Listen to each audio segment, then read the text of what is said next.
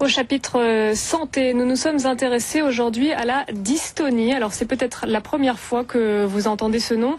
C'est une maladie rare qui se traduit par des troubles musculaires, parfois accompagnés de tremblements.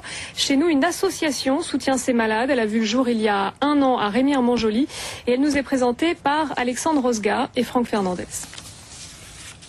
À première vue, Brigitte mène une vie active à son domicile, sans souci de santé. Pourtant, une maladie rare et imprévisible la fait souffrir au quotidien. La dystonie, une pathologie neurologique caractérisée par des contractions musculaires involontaires responsables d'attitudes anormales. Tout d'un coup, je commence à avoir des torsions de la tête, donc ça peut être dans tous les sens, parce que j'ai un torticolis spasmodique. Donc en fait, c'est la tête qui penche sur la droite. Et j'ai aussi une dystonie euromandibulaire, c'est donc la mâchoire qui tombe, et ce qui me provoque des problèmes d'élocution, de mastication, de déglutition. Et parfois, c'est le contraire, la mâchoire se referme, et là, je ne peux plus ouvrir la bouche, donc les mêmes problèmes. Déclarée invalide en 2007, Brigitte revient dans sa Guyane natale.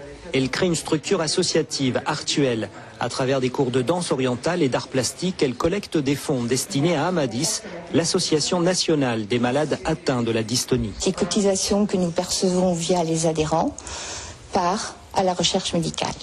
Un site, amadis.net, c'est un forum qui permet aux malades de ne pas se trouver seuls et de pouvoir parler de leurs propres douleurs.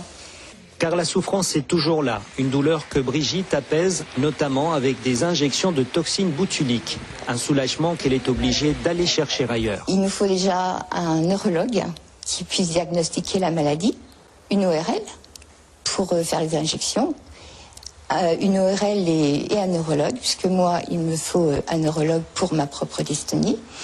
Et donc, il n'y a aucune structure et moi, je suis obligée d'aller en France pour mes injections de toxines botuliques. Des neurologues qui font défaut et par conséquent des malades qui s'ignorent. 2 raisons parmi d'autres qui font de l'action d'Artuel une œuvre d'intérêt public.